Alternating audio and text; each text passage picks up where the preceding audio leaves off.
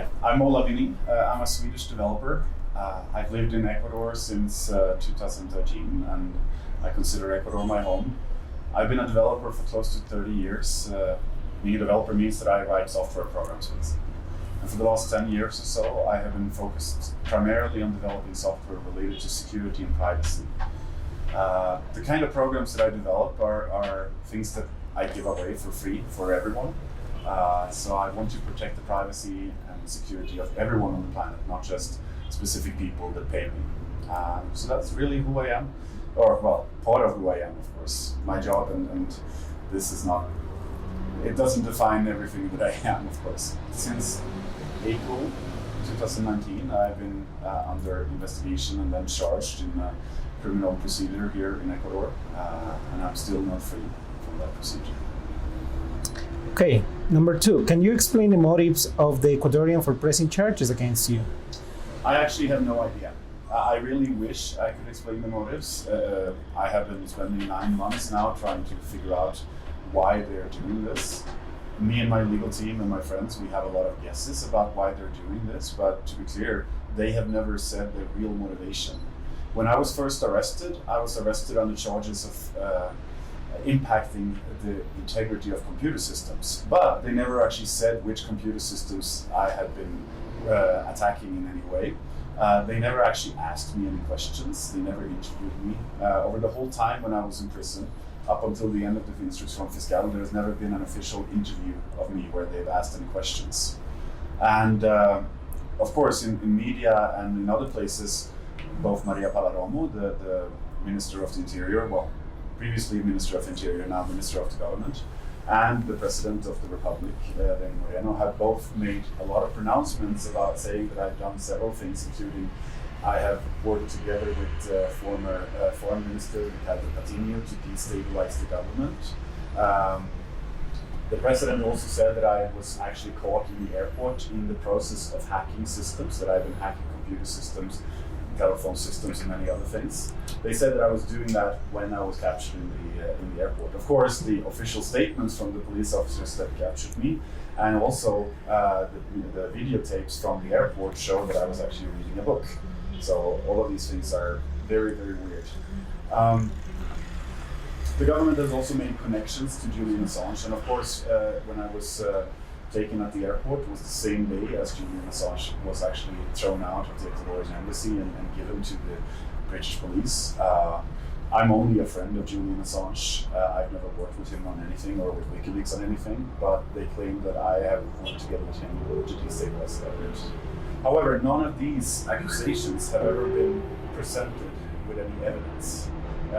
It's something that the prosecutor of the case, he's been saying it in every hearing we've had, but he only refers to what Lenin Moreno has said in public statements. They've never provided any evidence for any of this.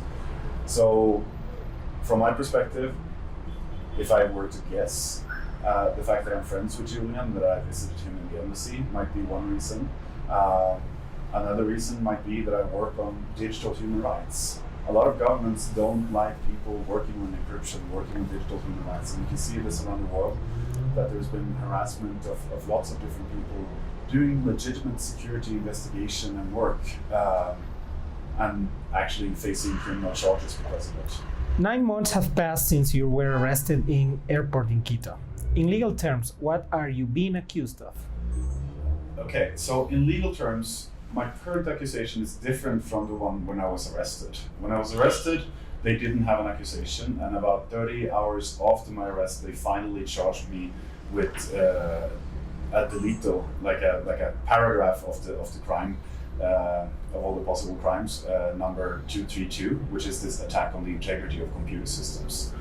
But as I mentioned, they never actually specified which computer systems I attacked in any way. 2 days before the end of the instruction fiscal, on the 29th of August, they actually had a hearing where they changed the charges to another charge, which has the number 234. 234 is the unauthorized access to a computer system.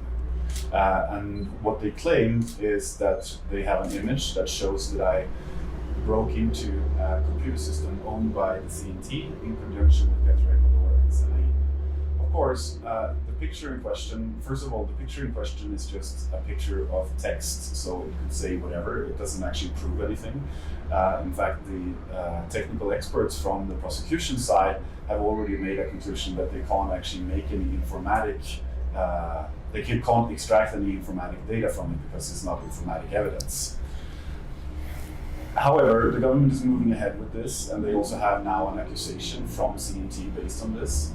They still claim that this proves that I actually entered into CNT system, even though the image in question, if you assume that the image actually shows something that happened, it actually doesn't show me enter a username, it doesn't show me entering a password, it just shows like going to the first page and then doing nothing.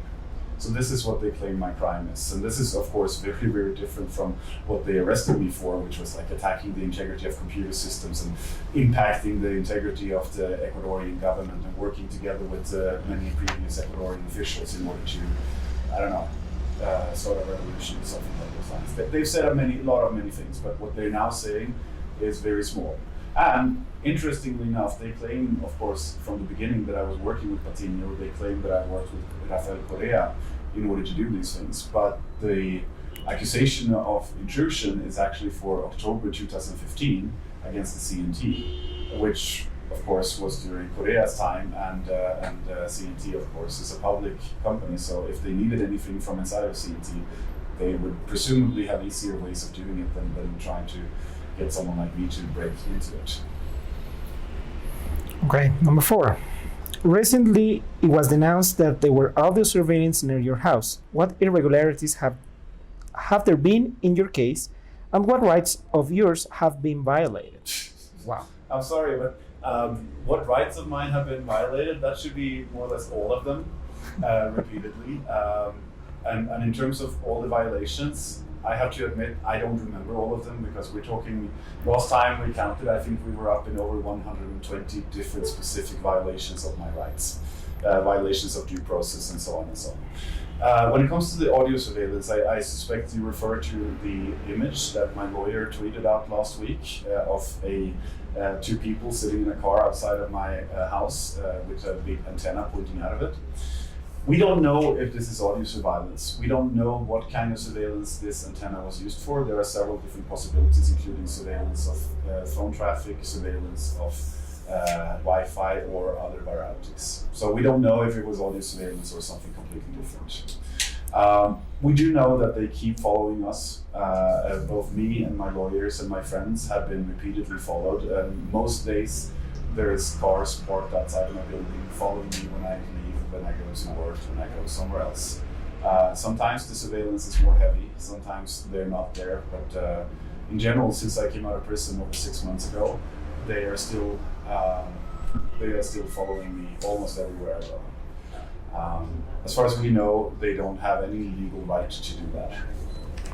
In terms of other violations, of course, my violation started on the same day when I was arrested. I was arrested at the airport between 3 and 3:15 in the afternoon, and at that point, as we found out later, the actual orders to detain me were happening less than an hour before, but we also have evidence that I was followed at the airport even before then. I was detained without a translator, without getting access to a lawyer, without at any point being told why I was detained.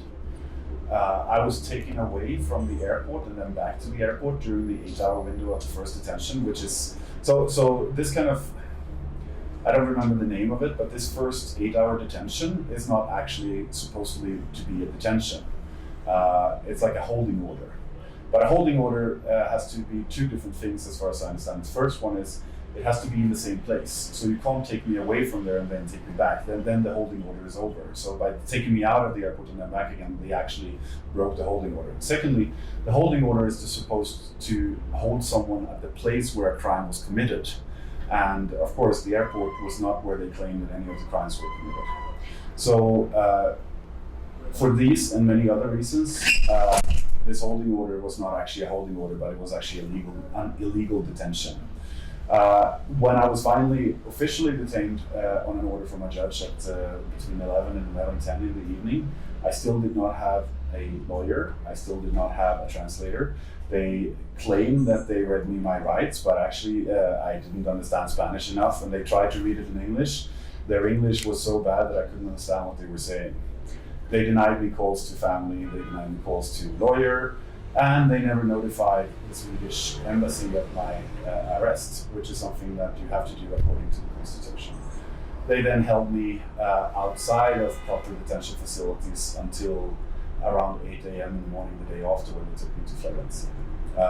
So that was just what happened on the 11th. And during the process going on from there had been so many violations of my rights, and that we could spend all day just enumerating them. We have a nice infographic that details some of them, that tell you like a little bit of the different things that happen. The latest one, or the biggest one that have been happening over the last few months, is that my pre-trial was first scheduled for October 10. Of course, this is also legal because the instruction fiscal ended on 31st of August, and the pre-trial, according to the administrative rules of Ecuador, a pre-trial can only happen maximum 15 days after the end of the instruction fiscal. But the 10th of October, this was actually cancelled, that hearing, because of the paro nacional. And up until Friday, we have not had a date for a pre-trial. So we're basically just gone for 3 months, just waiting for them to decide to call to a pre-trial. And during this time, there have been several judges assigned to the case, and they've spent basically all of their time fighting with each other about who can get out of the case, because no judge is interested in having the case. So we've been without judge for most of the case, or for most of the last few months, which is also something that is not proper. And in fact, the provincial court in the end of December finally made a decision about who the proper judge should have been, and they also sent a kind of a warning to the Consejo de Judicatura saying that this kind of behavior by this judge was not proper, and she should be censored or investigated for it. Okay, number 5. Why is the struggle for digital rights and free software important? So, digital rights, basically, sometimes I feel like this whole idea of digital rights is kind of absurd, because your human rights should be the same no matter whether they are in the analog, I would say real world, but of course we live a lot of our lives in the digital world, so it's as much real as the other world. But our human rights should be the same in both of these places. But the fact is that they are not. The fact is that right now, because digital media, because digital technology makes it so easy to invade privacy and to abuse people's rights in so many different ways, a lot of these kind of abuses happen. The right to security and privacy are much better protected in the analog world. But because surveillance is so simple to do in the digital world, it's something that happens naturally, and a lot of governments claim that the digital place is different. From my perspective, it shouldn't be different, and from my perspective, technology should protect us. We should have the same rights everywhere. I don't feel like that's a very radical statement, but a lot of people seem to think that that's a crazy thing to say. So free software is very important because without free software, we have no way of doing what the computers are doing. We don't know what the technology is doing. We can't trust that they're doing the right thing. And we know that there are backdoors, we know that there are bugs, we know that there are errors that are in the systems we use. Free software doesn't always fix all those problems, but it makes it possible for us to fix them. It gives us the possibility of, gives us the chance of fighting back against these kind of attacks on digital rights. For me, privacy is one of those rights that by itself, privacy might not seem like it's super important, but at the end of the day, privacy is something that we need in order to have all the other things that a society depends on. Say, for example, elections. Democracy as a concept is based on the idea that people are free to choose who they want to govern them. And without free elections, then the whole idea of democracy kind of goes out the window. But the problem is, if you don't have privacy, if you know that you're going to be surveilled, you don't really have freedom, because you know that your choices will be absurd. And if the government are the ones that are surveilling you, well, you're probably not going to be doing the same kind of choices as you would make if the government was not surveilling you. So privacy for me is one of those core principles that is necessary for democracy to function. And there's been studies, Facebook did some, and there's been some other studies that show that when people are being surveilled, their political choices changes. They become more conservative. They don't consider alternatives that they would have considered otherwise. So we know from a lot of research that sociologically, privacy is necessary for democracy. Okay. Why do you think that the preliminary hearing of the trial will happen in February? Yeah. First of all, I have to say I'm skeptical that it will happen in February, because considering what has happened up until now, with multiple delays, with multiple cases where the judges disappear, where things get cancelled for no reason, I would not be surprised if they change the pre-trial date again. It is my feeling that the government is afraid of moving forward in this process because they know that they have no chance of winning unless they proceed with completely illegal means. And they also know that if they proceed illegally, this case has so much international attention that sooner or later, if they do this illegally, this is going to come back to them. Maybe they will win in the lower courts by pressuring the judges to do the wrong thing, but sooner or later, we're going to get to the higher instances. We will get to the Supreme Court, and if that doesn't work, we will get to the international courts. And sooner or later, we will prove that this case has been, first of all, without any basis, and second, has violated every fundamental right of me and of people in Ecuador. Because don't forget, if this kind of thing, if they can do this to me, they are going to start doing it towards Ecuadorian, and they are already doing it towards Ecuadorian, in fact. To the question of why they finally scheduled it, I do think that maybe they also feel that there is this balance, right? Like they probably don't want to ever do it, but they also know that they can't drag it out forever. They can't come up with excuses all the time. So if it actually happens in February, it's because they realize that they have to bite the sour apple and move forward at some point. Okay. Final question. From the beginning, Lenin Moreno and Maria Paula Romo have insisted in making accusations against you in the media. Were said accusations ever formally presented in the legal process? So I touched on this a little bit before. It's not just that they have made accusations. They have made accusations that have been disproven in the evidence for the case. So for example, Lenin Moreno gave his official witness or his official testimony where he simply said that he doesn't know anything about my case except for what Maria Paula Romo has said publicly. But Maria Paula Romo never said publicly that I was hacking in the airport. She never said that I didn't have any training equipment with me. So even here, we can see that the president is actually contradicting himself. Maria Paula Romo has said the same thing. In her testimony, she actually claims that they didn't have evidence that I had committed any crime. They only were worried that I might commit a crime. This is, of course, different from what she said publicly, where she has claimed not only that I've committed several crimes, she's also claimed that they have all the evidence needed to convict me of those crimes. She has said this repeatedly, and Lenin Moreno has said this repeatedly. None of that evidence has ever shown up. If you look in the expediente, there is no such thing in there. In fact, the only evidence that they are really using, the core evidence they're using to accuse me of a crime, is this image that I talked about. All the other stuff is ancillary reports from the CNT and from technical experts and so on. That's what they're going to trial with. So all this talk about having evidence that I've committed a crime is clearly something that was completely made up from the beginning. The only thing that is in the expediente is actually Lenin Moreno's public statements, because the prosecutor seems to believe that those public statements are equivalent to proof. So those are in the expediente, and sometimes, or quite a lot of time during the hearings, the prosecutor spends a lot of time during the hearings actually talking about what Lenin Moreno has said. But no evidence at all.